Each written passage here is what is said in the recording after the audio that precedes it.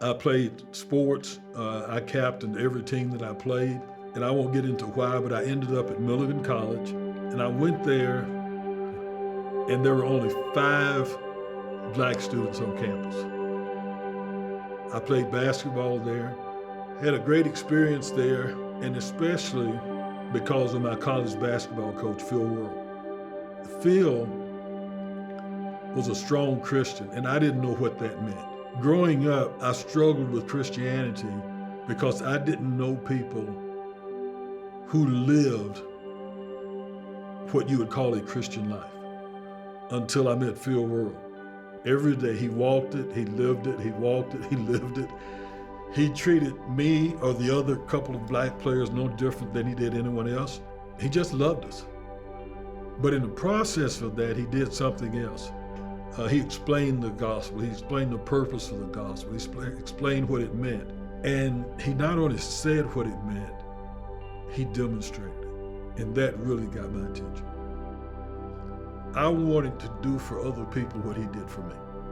Something I never, ever thought I would do was coach. I had never interacted with whites from a position of authority, from a position of leadership. And so that was good for me. And then I go to Carson Newman. And when I get to Carson Newman as a head coach, my whole thought was, I want to be like Phil Worrell. I want to impact the lives of the players that I coach. So the experiences that we were having were really good. And I was always involved in helping those interracial relationships grow. I became vice president for the Nations of Coaches. And that's a ministry to college coaches. I had to learn how to navigate the waters. And the only thing I could think about was this: man, as a Christian, do the next right thing. When I got out of coaching, we decided we were going to move, and we moved to Nashville. And I had to find a church, went through a lot looking for a church, thought I knew where I was going. It's not about doing what you want to do. It's about doing what you believe God's called you to do. And I believe he was calling me to Brentwood. The mission statement, gospel conversations, anytime, anywhere with anybody. That got my attention, especially the anybody. Are we saying that at Brentwood, we're going to have conversations with anybody, regardless of what their race is?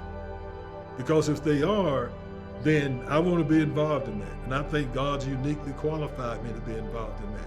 After being here 3 years, being introduced to the Racial Unity Group, asked to come to the first meeting, and my thought was, you need to go and see what it's all about. And so the Racial Unity Group decided that our why statement would be, we want to do this because we want to live out what we say we believe.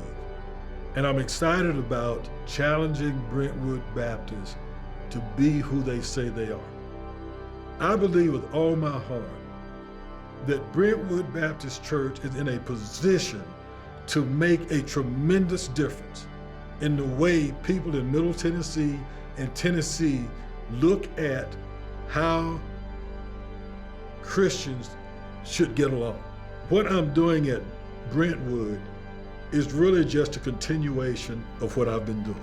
Amazing how God works. And I think he's working here at Brentwood. And I'm just glad to be a part of it. And I will faithfully do what he called me to do until he brings someone else along to replace me and do it.